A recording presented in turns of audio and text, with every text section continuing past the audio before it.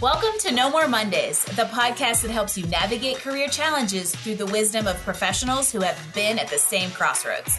I'm your host, Angie Callan, and I welcome you to join me each week as I chat with leaders, entrepreneurs, and employees who are here to share practical, tactical advice and some inspiration on how they arrived at career satisfaction. From job searching and career changes to going out on your own, we're breaking down barriers and providing actionable takeaways to help you take charge of your Mondays and ditch the Sunday blues. Welcome to the No More Mondays movement. Hello, everybody, and welcome to No More Mondays. I am your host, Angie Callan, and if it already sounds like I'm having a good time, well, I am. I am Italian, I love to cook, and I love to eat. And today on No More Mondays, I finally get to talk about nothing but food. Maybe a little Boston, maybe a little career change too, with my new friend, TV personality, radio host, culinary educator, and chef to the stars, Joe Gatto. Joe, welcome to No More Mondays. Well, thank you so much for having me. I wish I was there so I could cook you a meal. That's what I really love to do. I would totally take you up on that. Although I've just got to tell you right off the bat, I am a really annoying gluten-free Italian. Oh, that's okay. I've got your back. So's my sister. Sweet. I think that this was the shortest intro ever, but we're going to make up for it in conversation. I'm super excited you're here. And I rambled off quite the list of things you've got your fingers into, which just reinforces you're everywhere in Boston's food scene. So give everybody a little bit more insight into what you're up to. Sure. So I'm Chef Joe Gatto, and I'm known for making everything from scratch. So I hand forge my own knives. I pull water out of the Atlantic, make salt. I break down whole animals. I milk cows, make butter and cheese, make my own charcoal. I'm a private chef to A-listers like Celtics players, Red Sox players. I have one TV show on Pluto TV called From Scratch, shockingly. I have two TV shows in development. I have a show on NPR called From Scratch, and I have a national book called Seriously From Scratch. So that's me in a nutshell. That is quite a small nutshell. And all right, so before we started recording, everybody, Joe and Jim, who is my husband and producer, were having a hilarious exchange about Jim the Mountain Man, because he has this very hilarious, he's got a big old mountain beard. And now I totally get it that the two of you are kindred spirits. So here comes an invite. I believe that Jim would like you to come and forage mushrooms with us. Oh, count me in. I mean, are you kidding? All day. Yeah. We still have bags in the freezer from last summer. See, I would be cooking so many things for my wife with us. Like, she's a mushroom freak. And now that we're watching The Last of Us, it all comes to full circle. Oh my gosh, it's so good, isn't it? Oh, my son and I, who's 13, we like every Sunday, he's like, today's the day. I'm like, oh, I know, buddy. We're going to have stuffed mushrooms and then watch Last of Us. There's a squirrel we could go on because it's probably one of the best shows I've seen for a while. But let's maybe get back on track for one of the 12th times we're going to go on tracks off track of the next half hour. I learned a fun fact as we were kind of getting ready to start recording, and that is that you did not start your career in F&B. And so we have a little career change to talk about. Tell me more about that transition. It's funny because I started cooking since I was a little kid on the counter with my mom, in the kitchen, up on the counter, doing the sifting. Julia Child playing on a 12-inch black and white in the back with that mono speaker, right? And her and Jacques Pepin just filling my head with all this great culinary knowledge. And it just kept progressing. I kept cooking. And then when I was around a teenager, I found film. I was always like a cinemaphile, but I really discovered I had a knack for it. And we'd rent video cameras from the local video store and I'd make these films, and I was pretty good at it. I was like, oh, I think this is what I want to do. So at 21, I moved from Boston to Berkeley, Cal, started working as a filmmaker. I got a job at this little tiny production house called Eiffel Tower, and it was Eiffel. And I started shooting and just started a career in filmmaking. Then I started doing short films and music videos. And then it just kind of kept blossoming. And that's kind of what I did for all through my 20s. I was just a filmmaker. And then I moved back to Massachusetts for a couple of years, and I shot a feature here called Overserved, which is on IMDb. And You can see my director photo with the cheesy sunglasses looking very 90s, like early 2000s. Like, yeah. So as we were shooting that, Sam Adams came on board and we shot at their brewery. It was all about a restaurant, like just really very heavily influenced by Kevin Smith. And my wife got recommended. I didn't know her. She got recommended by my cinematographer to come on. She had just gotten her master's in film and produced this ski film and worked with my cinematographer, who I've known for like 30, 40 years. And he said, I just worked with this girl. I know you're looking for a producer. She's younger, but she's super sharp. You should interview her. And so I met my wife, not at the, she wasn't my wife at the time. And she was just like Tony said, super smart, sharp, and, super cute too, as a bonus. And so she came to work and we made the feature, and then we moved to LA together after we got married, and a little on-set romance, and I was feeding her, of course. And we moved to LA and started working in the film industry there, did a bunch of shorts, wrote a couple features. And then my wife got pregnant with my son, and, we didn't want to raise him in LA because, honestly, we didn't want him to be a douchebag. Let's be honest. We're all a bunch of East Coasters, so you're not going to get any pushback from me. Yeah, that was kind of the deal. And I had been feeding my crew, and that's when Food Network was like the thing, like Emerald, bam. And like, it was just like blowing up and becoming this thing. And I wasn't just like cooking as a hobby. I was doing stuff that people were like, wait, what? And I really loved it. And a couple of my friends just off the cuff said, you should like do a class and teach us all how to make this chicken piccata you had at the party. So I did. And then all of a sudden my classes started filling up and my weekends were spent teaching, and I loved it. I absolutely loved it. And we moved back to be near our family with my son. And when we got back, I got a job teaching, and I was there for a little while, and a woman came in who owned a private chef company. And she said, your food is phenomenal. She said, you're really entertaining. She's like, I have a slot open in my company for a chef. I think you'd be perfect. And I had never even thought that route. And I was like, oh, okay. So I gave it a shot, ended up being pretty good at it. And 6 months, 8 months after that, I bought the company. I was like, I can do this. And I transitioned it more to A-listers. Then I got a Red Sox player. Then all of a sudden, I got an NBA player. And then my wife was like, oh, you should do a TV show. She's like, you'd be so good in front of the camera. She's like, you've done that. She's like, and you know how to do producing. She's like, and I'll help. She's like, you can do everything from scratch. That's really unique. I'm like, how are we going to do a half-hour show, which is really 23 minutes, about something from scratch? And I was like, I'll make one thing. So I sat down, I spent, 3 weeks, a month, and I wrote a pilot, which became from scratch. And I called all my friends who do TV professionally. And I was like, hey, I need you to come to this kitchen I got and shoot this for me. And so they did. And then I cut a little pilot, like a 23-minute. I made a BLT from scratch. So I made homemade beer bread. I made 5 pounds of homemade maple chipotle bacon on the smoker. I made sriracha. I made mayo. I made homemade potato chips with homemade salt and vinegar, salt. Like, I did everything. And then cut it because I know how to edit. And my wife had a party for her best clients. And she said, will you teach a pasta class for them? And I was like, yeah, sure.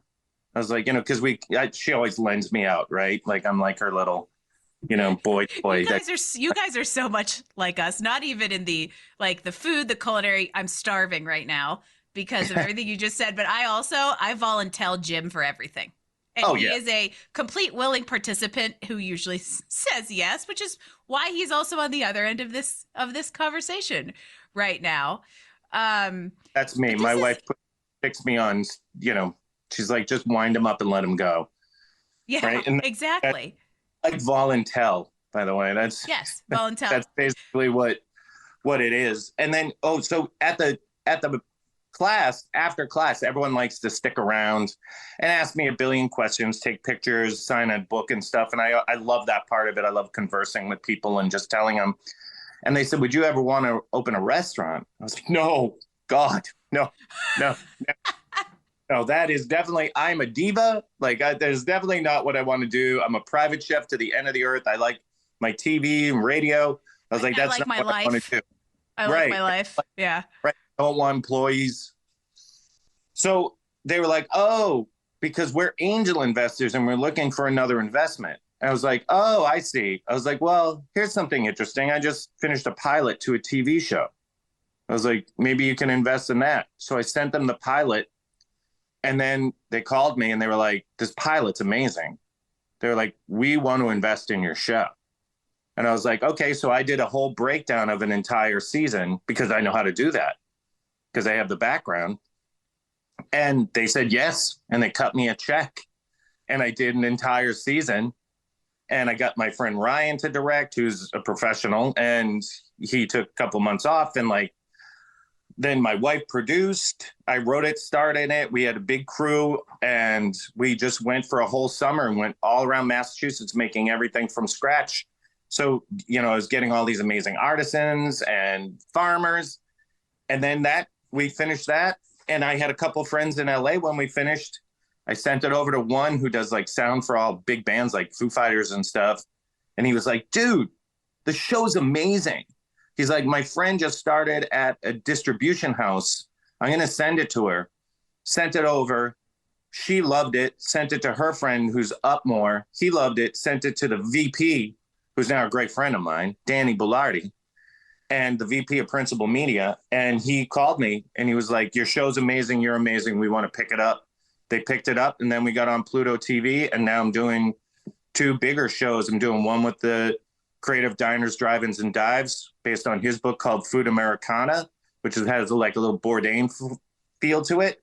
And another one with Brian Callen from The Hangover, who's a big comedian. And we take celebrities out and recreate their food memories.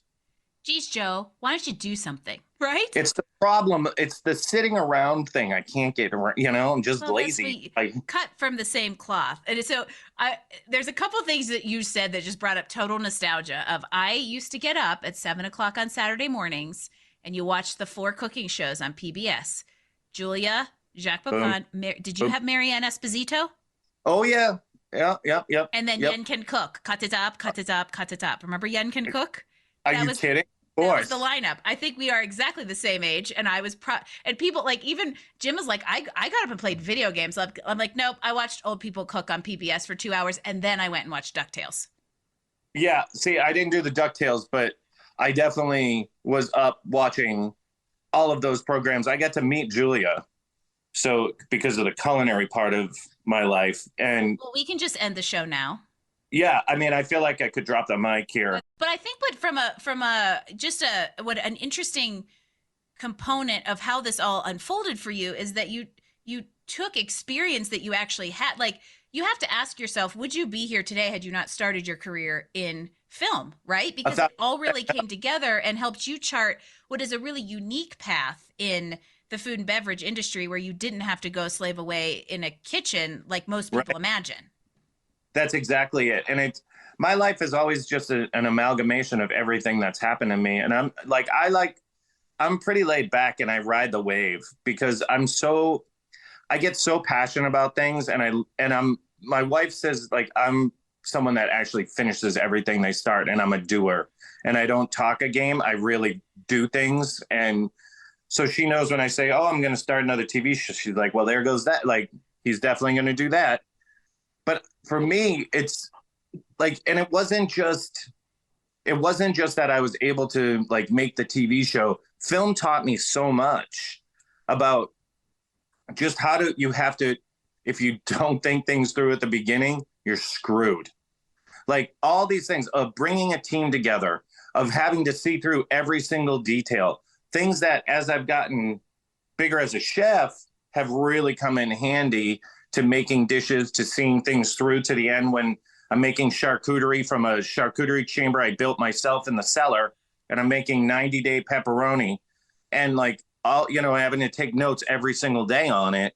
Like all of that stuff is ingrained in me because, like the film industry, if you don't work your ass off, there's a million people that will. And that's just kind of carried over. But the beauty of it is I love film and I love making film and I still love making TV, that's mine. But the film industry is filled with a lot of people. It's all people, not all. I meant a lot of great people too. I shouldn't say all, but it's mostly people that think there's no room for you because if you get up there, they can't. They don't understand that there's plenty of room, where the food industry has done nothing but embrace me. And it's all about giving back and it's about sharing. And that resonates much more with me because that's my kind of jam. That's who I am. I'm much more of a giver than I am a taker. That's an amazing realization, I think, to make if you look at your, like, in your own hindsight of like the film, and there's many other industries that have that selfishness to it. Yeah. And film and culinary are equally very, very competitive. If you are more of a traditional, I mean, it is very, very cutthroat, but but you found your niche in it to do it in a way that feels really genuine and authentic to who you are and how you work best. And left a place that did not align with that, which I think a lot of people are afraid to do.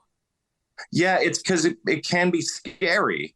It can be scary to something that you're finding some success in to leave it.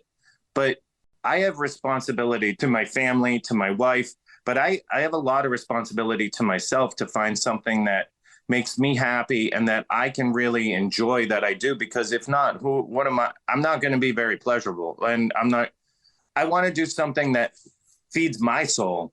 So my kids see that they can do anything in the world. And I get to share all of this with my kids. They're up on the counter with me cooking. I mean, you can see it on my Instagram. I did see it on your Instagram this morning. That's not bullshit. That's me. When I meet people, I was just telling the story the other day. I was just at Whole Foods and I was talking to a couple people who knew me from my show. And we were just chatting. And it was actually my radio show. They knew me from out here. And we were chatting and chatting. And one of the women, halfway through the conversation, it was like a 5-minute conversation, said, "Oh my God," she said, "you're the exact same on and off the air." That's a huge compliment. I love that. Yeah, it really was. Because there's no shtick. I'm not putting up smoke screens. I do love traveling. Like I had to go to a magazine shoot that they put me on the cover in Austin, Texas. And I was like, yeah, that's great. I was like, but you have to fly my family out too. And they were like, okay. And so the kids and my wife come and we go to Austin for a week. And that's what I love to do. I love spending time with them and sharing this adventure because they're part of it. You know what's really interesting that I wrote this down to talk about, and you just opened the door to it. And and my mom is listening. Hi, Sonny. She's known for her meatball. She's known for her meatballs. I grew up in the kitchen with her, and I still remember at Christmas making cookies and having flour all over me, and get your clothes off in the kitchen so you don't get it. Like the kitchen it brings up such good memories for me, and I think that you have a similar experience to that. It's definitely a very like Italian thing too, but I feel like maybe that's getting lost a little bit, and in the days of HelloFresh and fast food and take and bake, and just like we don't circle around the kitchen so much. And I'm curious, like, why do you find it such an integral part of your life and your family, and why is that important and something we should seek? That's a fantastic question and a fantastic memory. I do think it can get lost, but I think that's part of the reason I'm here, is to help people realize that this is an important piece, because the kitchen is called the heart of the house for a reason, right? My memories are built there with my mom. We bonded in that kitchen. Our relationship's still super close and we still cook together all the time. And doing it with your kids, why is that so important? Because you're not going to get that kind of quality time just ordering out. You can order a pizza and it might be great and you guys can have it at the table. But if you're making it together, that's a memory. And that's something, when you share that, it's going to be indelible for them. They'll never forget that. They'll always remember that. And even if it's your first time making a pizza and it doesn't come out great, it's better. That's a memory. Right. And because my whole philosophy is food is the ultimate connector. It's the way people can truly connect. It doesn't matter religion, race, language, the food connects you. And especially in your own kitchen with your own family, it's you can't get closer than that. For me, them on the counter, my kids like cranking out pasta and covered in flour, and then we're sitting down and eating it, laughing about everything that just happened. That fills not just my belly, but my soul, you know? And like you said, those are things that they have forever. This is just super fun for me because I joke that if I could be anything in the world, it would be a Food Network star, but that ship has probably sailed at this point because there's been too many editions of the next Food Network star to even come close to getting on that anymore. But then I've also said that like if I could do it, I would have like a gluten-free bake shop, but I like to ski too much to have to go cook pastries at 4 a.m. and make coffee for everybody. So when you were like, oh, I don't want to work in a kitchen, I was like, yes, somebody else who loves food and doesn't want to work in a kitchen. And I think it's just so interesting to like use something that is so rooted in you, pair it with knowledge and experience, and really carve a unique path for yourself that is exactly why you stand out. And I also love that ride the wave aspect. You know, I'm a big fan on saying, okay, I want to get into culinary, but I got to figure out how to do it, and just taking opportunities as they come, and look what's happened. Right. That's exactly it. You have to be malleable, right? Because you can't command life. But I could never be a 9-to-5er. It's just not in me. I was always an artist from when I was a kid. I could never do it. So I knew from a really early age that I was an artist and that I'd have to carve out my own path. That's the thing with art, right? Sometimes you just get so caught up in art that you forget that it's a business.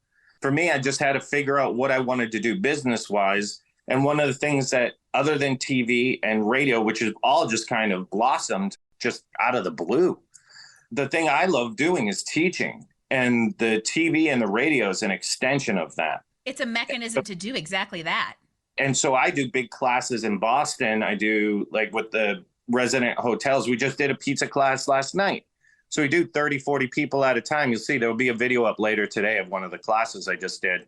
So we do like a master's pizza class where I make 72-hour dough and I bring it in. Then people get to roll out, make their own pizza. I pull fresh mozzarella live.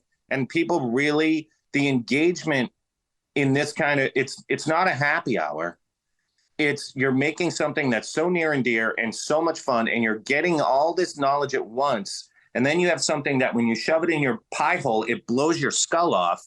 You're like, wow, this is what I want to do. I'm never buying pizza dough again. Boom. That's one win for me. I'm not saying you have to mozzarella. I'm not saying you have to do anything. But if you're making the dough, I guarantee that first one's free, right? That's going to crack it open. And then you're going to start wanting to explore because you can't force people. You have to pique their curiosity. Whet their appetite, if you will. Oh, I love it. It's an amuse-bouche.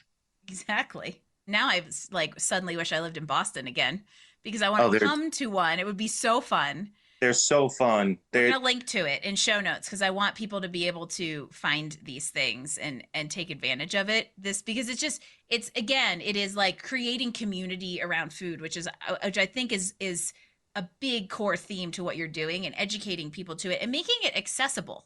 That's a huge thing. I think you just nailed it right there. Making it accessible is something I definitely wanted to do because what I do can seem super intimidating to people. They're like, I can't do that. I'm like, well, you don't know how quite easy it is. The refrigerator's really doing a lot of the work here. Like, when you start breaking it down, like cold fermentation, I can't do that. I don't work at NASA. It's like, well, it's really just sitting in the fridge and it's a fancy term. The yeast is doing all the work. You're not doing anything. It's all these things of breaking down these misconceptions of what happens in the kitchen. My wife always says, because I cook 24/7 because I'm either doing something for Instagram or I'm doing recipe testing or I'm prepping for a big class. And she said, I'm like a grandmother from every country that listens to hardcore rap. If that doesn't give you a visual of exactly who I am talking to right now, everybody, I don't know what does. I love it so much. I am as different as it gets. And like embrace the the craziness, right? You know, I can tell a mile away. You have to embrace that you're kind of crazy. You have to embrace what you love to do. And I love telling people that, like, you can make your own career, but the weird thing that you like, that's probably the thing people will be most interested in. Yes. I think that this is the second time today I've said that I think we take ourselves way too seriously and aren't willing to get in touch with what's the weird thing that I really like making gluten-free ravioli. That's there a you go. weird thing. And I guarantee you're not alone. No. And actually, if you want the full story, I can't remember if I've ever, I might have mentioned this on the episode that we did with Sally Yukis, who's she's a culinary cookbook agent. Funny enough, it was as close to food as I've gotten to talk about until today. And she and I talked about the fact that, like, I actually have a gluten-free food blog, and my goal was to, like, package and put products out there. And I was like, well, shit, I need money to bankroll this. I'm going to go start a coaching business so that I can actually have money to fund my product line. And now 5 years later, I got this thing going on. And we're like, okay, we got to get back to Gone Gluten Gone and do it. And you're totally inspiring me to get in touch with that stuff because, like, we also just did a huge kitchen renovation. So I have been in there baking, failing at baking in my new oven a few times, but, like, it just had made me want to be in there again and reminded me how much I really, like, enjoy doing these kind of stuff. So whether it's cooking or something else, like, embrace the thing.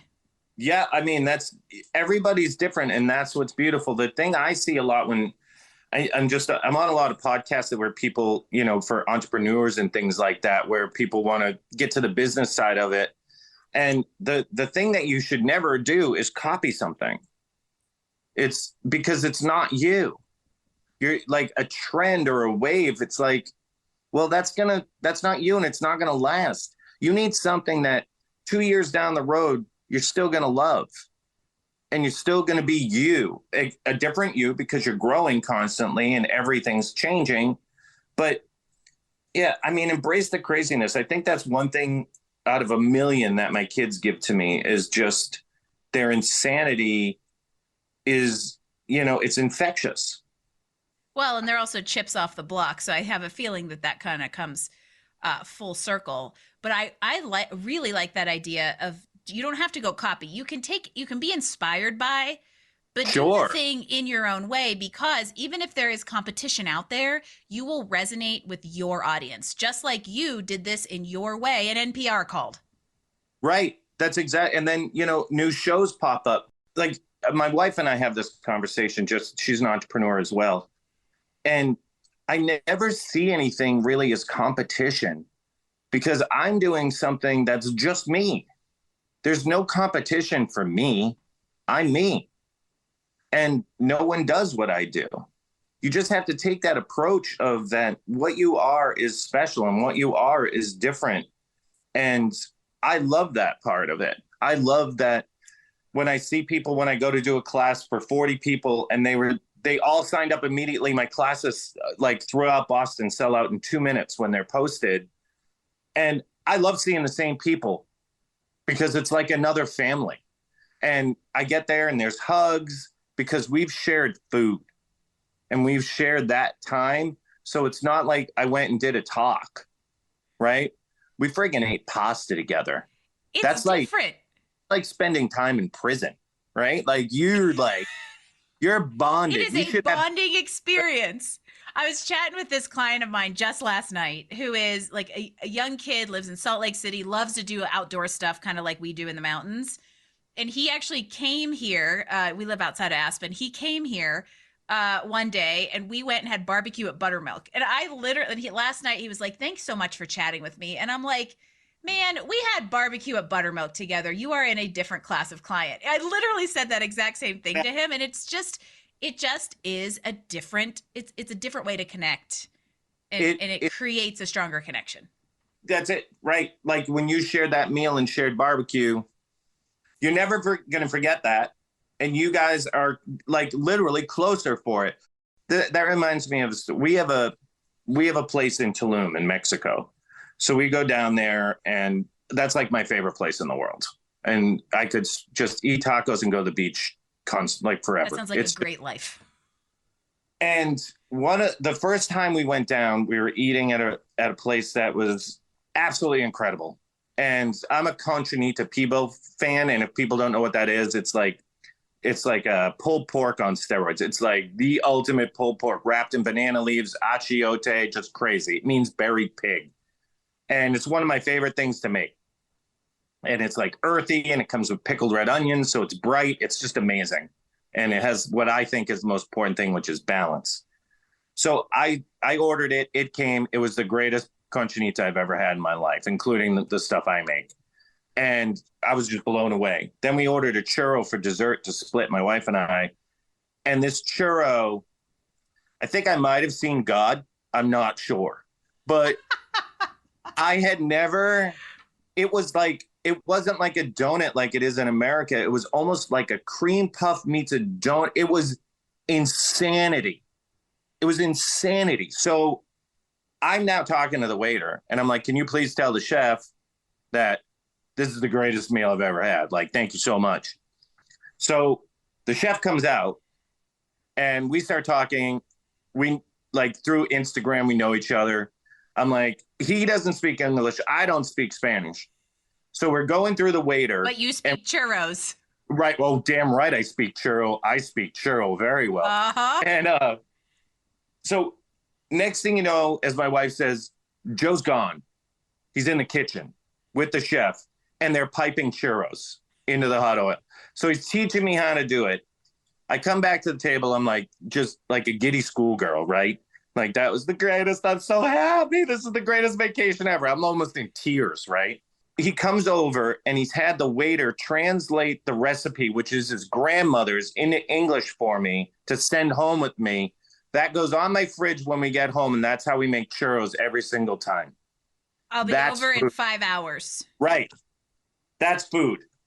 That's food. That's food to me. That's what the salad dressing recipe that we use for everything is a similar story from Gettysburg, Pennsylvania, when my parents went on their honeymoon.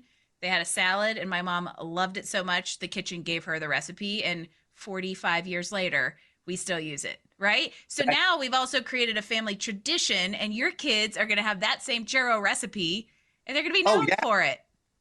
Oh, yeah, and they know the story behind it, and they've been to that restaurant because they come down to Tulum when we go to our place, and like, so they know there's so much history there. And here's a funny side note for anyone listening. I love to go to places that do everything from scratch and just do it with them. So I went to this place, Boston Pasta. There's a video on my Instagram at Chef Joe Gatto. And like, they have this extruder. It's insane. We had the best day. So the chef there makes like 15 dishes with all the pasta we just made and has me trying all this different food. It's all fantastic. And he does one with Swedish meatballs. And I'm like, oh my God, this thing is crazy. These meatballs are so good. He's like, oh, that's my grandmother's recipe. And he said, you want to hear a funny story? He said, yeah. He said, well, I eat these and cook these forever. And my mom just recently came over to give me the recipe. And she handed me a cutout recipe from the Boston Globe in 1974. And I was like, what is this? And she's like, this is grandma's recipe. She got it out of the Globe. So everyone has this. But see, that's so funny to me because it's grandma's history, right? Like, the recipe came from Sweden. Okay. Right. It's the Globe. I love it. But that's the family. So that to me, when I say from scratch, that's really what it means. It's not just, that I can break down a pig or, make my own charcuterie. It's the from scratch element. Food is always a backdrop to people to me. So if you are not inspired to book a little dinner party right now with your friends who you feel like you need to reconnect with, please go do it. I think that is really, like, we've talked about, I'm literally starving because it's also lunchtime here, and I should have eaten before I came and talked to you because I knew we were going to talk about all this stuff. But really, like, while we're squirreling on all of this delicious food talk, it really boils down to this idea of using food as a mechanism. Whether that's a mechanism to connect, whether that's a mechanism to educate, or whether that's a mechanism to go use your weird thing and do it only the way you can do it. Yeah. And be inspired to do that. Food's just the subject we're talking about right now because Joe and I happen to both love it. Yeah. I mean, how can't you, right? Great food does a lot. It creates a lot of love. I'll tell you that. It does create a lot of love. I think that's a very, very, and like, in our house, that's how my mom shows love. Like literally when we go visit, I'm like, Mom, don't bake us a bunch of stuff. Oh, I only baked you 3 things. Right. So like it's just, but it is, that is a love language. And I love that you're sharing it with the world in your unique way. Thank you so much. I really appreciate that. So amazing. I could just talk all day, but we will do this again in person when you come in August for chanterelle season, right? Okay. Exactly. Fair enough. To forage. Dig. And until that day comes, let's remind everybody where they find you. So we know Instagram is at Chef Joe Gatto on Instagram. And that is like a portal to everything. But there's also the book. Seriously from Scratch. Yep, you can get that off Amazon, but you can see that on my Instagram as well. And my NPR show is on WBUR in Boston. That my next show is actually coming up February 28th. How often does that air? We do once a month, and I cook live and we stream it. I cook in the studio. Oh, fun. So I do everything from scratch. So we've done pasta. I've done tacos live. So we press tortillas. I'm doing dumplings this time. So I cook in studio. We're on the radio. We stream it. And then after we get off the air, the whole radio station, all the staff and everybody, they come into the booth, and me and my Sue cook everything and feed the radio station. That sounds like a super good time on camera and off. It's super fun. I love everyone there. So even if you're not in Boston, you can stream that. And it's called, remind me what it's called so we can find it. Yeah, it's Joe Gatto's From Scratch on WBUR. So it's NPR radio, 90.6. So it's really easy to find. You know, and he'll be coming after Guy on the next lineup of the Food Network's latest cooking shows. I have a feeling. Here we come. I'm going to get to be able to say I know that guy and he knows Julia, so I'm 1 degree away. Well, you're going to come to that and I'm going to cook for you, so that's fine. Okay, sweet. Deal. Right. It's live broadcast from the set. I have that on a recording, just so you know. That's a contract, right? I think it is. I'm pretty sure it's binding. Oh, I love it. All right. So now that we know how to follow along you and all of your antics, which are just absolutely incredible, I'm going to come eat some 180-day pepperoni, by the way, because I think pepperoni and chocolate are the 2 foods I would take to a deserted island. Yeah. Pepperoni's on that list for me. I'm kind of addicted to it still. And like pepperoni, when you make it and then you put it on pizza and it does that little curl and has that little pool of oil. Yeah. All day. Yeah, all day. Just so you all know, I made the cup with my hand and pointed to the oil as he was saying that. So we are totally on the same page. And I wasn't sure what you were at first, but now I get it. That's the pepperoni. It's the pepperoni with the oil in it. It is the best part. There's nothing like it, especially when it's like sliced off the. Oh man, I could just see. I love pepperoni. It's an excellent ingredient. All right. Well, as we stave off my compulsion to start talking about every cured meat on the planet, let's talk a little bit about this whole No More Mondays thing we do. And you have really crafted a life and career that are really intertwined and support each other. And so what's your recommendation for everybody out there on how they do the same? Like I said, really find what speaks to you. Do what you love. People think you have to follow the rules. Like, I'm going to do this. Like, I didn't go to college either. I didn't go to culinary school. I didn't go to film school. Like, I didn't do any of that. And like my sister's like thinks I'm not a rule follower, but it's not about that. I do what I love. Now, just because you're passionate about something and love something so much doesn't mean you don't have to work your ass off. I work hard. I don't just float through life making pepperoni. You know, I mean, that's part of it. Like, you know, or making pizza. Like I'm hyper organized. I'm a hustler. I go and find people. I reach out to people constantly. I mean, I've done stuff with, you know, I did a pilot with Andrew Zimmerman's company. Like I hustle and I made connections.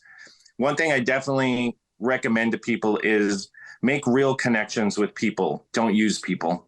Make real connections because it will come back and help you and help everyone you can. I love the philanthropic part that food gives me as well.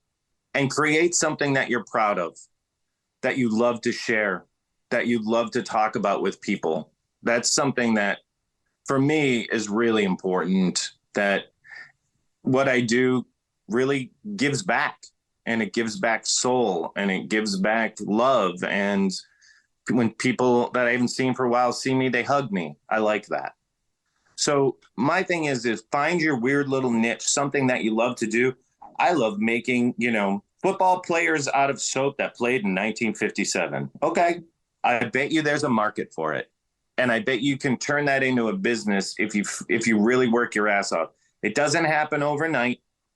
Building a brand is something that you do every single day. I build my brand every single day. And that it's really important that you're aware of your brands, you're aware how to build your brands, and you're doing it very consistently, because if you don't do it consistently, it will just fall off the map. It's a lot of work, but you do get to do what you love. And there is a payoff. That is the greatest way to wrap up everything we talked about, because there's a couple points in there. I was going to say 3, but I always say 3 and it turns into 12. One is you can't, because there's this idea that like, oh, find something you love and you'll never work a day in your life. Well, that's a little bit of a misnomer. It won't feel as much like work if you're doing it, but you have to work at it. It isn't just going to come to you. So while you say, I ride the wave, you still have to be on the surfboard, managing what's coming at you and choosing kind of like, which waves to take in. 1,000%. You have to wax the board. You have to pick the beach. You have to get in shape so you can get up on the board. You have to practice over and over so you don't fall. It's all that stuff behind the scenes that people don't see. What people see is you on top of the wave looking cool with banana playing, right? But all that time that it took you to get up on that board, right? All those sunburns, everything that you had to learn about going to the beach every day, bringing a lunch, not bringing a lunch one day and realizing that you're starving. Like all of those things metaphorically that you have to learn, you do to get on the board. But once you're on that board and you start surfing, then it's addictive. Yep, exactly. And then the other thing I'll say is if you take that and you pair it with service, magic will happen. I couldn't agree more.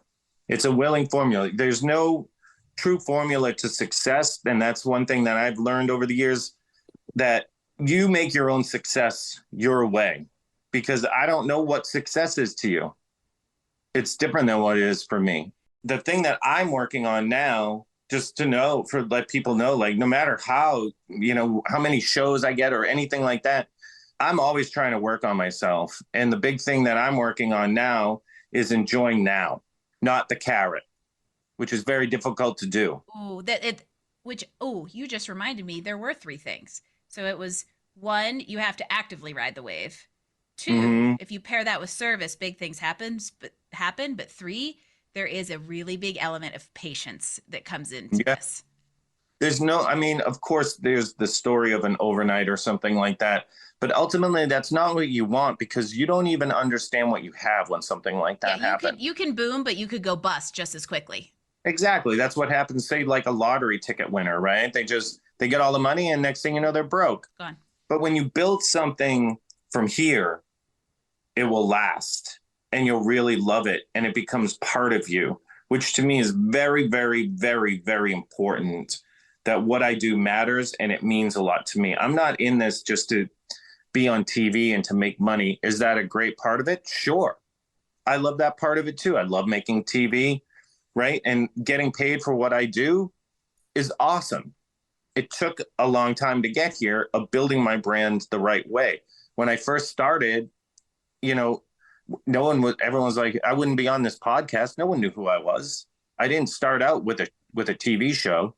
I didn't start out with my Instagram being filled with great content. It's slowly built, and I didn't put it up in a day. It's years of understanding what your followers are looking for, what other people are doing. Oh, wow, that's interesting. They're doing videos now. Oh, okay, maybe I'll do videos. Oh, wow, that's too much work. Now I started just doing like these 5-second videos. Like I pick my favorite song and like George Thorogood, Bad to the Bone, and I shoot all these long pan shots of pizzas that I just made. And the reaction's I'll watch awesome. That. Right. It's 5 seconds out of your day. So you just keep finding and trying and really just listening to what people are saying to you and what are you getting out of it, I think is really what it boils down to. Not just getting up at 8 and working and then shutting the computer off at 5 because you can't wait for 5 o'clock to come. Yeah. Sometimes I'm cooking and I'm like, oh crap, what time is it? Jesus. I like that. I like getting lost in it. That Zen feeling of shopping. That means you've landed in the right place. A pretty amazing recipe for how to succeed in life from Chef Joe Gatto. How do you like that? I friggin' want to steal that right now. I'll let you steal it, but it's probably also going to be the episode title. Yeah. That's on camera too. Crap. Yeah, we got all kinds of verbal contracts going on here today, Joe. This has been so much. I want to just keep having fun and chatting about all this kind of stuff, but in the interest of everyone's time out there, I guess we'll hit the pause button. I get it. And leave them with this what is a really great recipe for how to succeed in life, and it's to kind of, I would say, look at the grind in a different way. You don't have to grind the way the society tells you to. You can do it in your own way. Yeah, you have to live by your own rules. And that's funny. We my wife and I almost did a podcast, and the name of it was going to be Recipe for Life. Well, maybe I am inspiring you that that's supposed to happen. Now I know that this was the place I was supposed to be today because you inspired me. And I mean, I can't even begin to tell you what a pleasure it was meeting the both of you. And this was really great time spent. This was super fun. And you're not rid of me. So I'm glad that we were connected, and we're going to share food and solidify that one day. Absolutely. Anytime you name. Joe, thank you so much. Thank you for sharing your wisdom, your experience, sharing your love of food with us, being part of the No More Mondays and movement and all the other things. You're right. This has been time very well spent, and I appreciate you. Thank you. Thank you. And thank you for everyone that's listening, especially Mom. Yes. Hi, Sonny and Floyd are my biggest fans. And there's tons of food talk here, but there's a lot of really great advice here that I hope all of you will just kind of think about as you have your next meal that you make from scratch. So there you go. I'm inspiring you to think about life and eat some good food at the same time. And if you are out there listening, I'm also going to inspire you to leave us a 5-star rating and follow us wherever you get No More Mondays podcast, because it is a huge help as we continue to inspire confident professionals with amazing stories like Joe's. And if you want to grab links to all of his good stuff, or leave us comments, feedback, drop a guest suggestion, visit us online at nomoremondays.info. And I will see you again next week for another edition of the No More Mondays podcast. Thanks for joining us for another episode of No More Mondays. Tune in next week as we bring you more insights and actions to help you improve your professional life and find career satisfaction. Don't forget, visit us online at nomoremondays.info for all the details, show notes, and recommendations from this episode. No More Mondays, we drop new episodes every Wednesday. No More Mondays is brought to you by Career Benders, Inc. in partnership with executive producer Jane Durkee. For more information about career coaching, resume writing, personal branding, recruiting, and entrepreneurship coaching services, visit our website at careerbenders.com.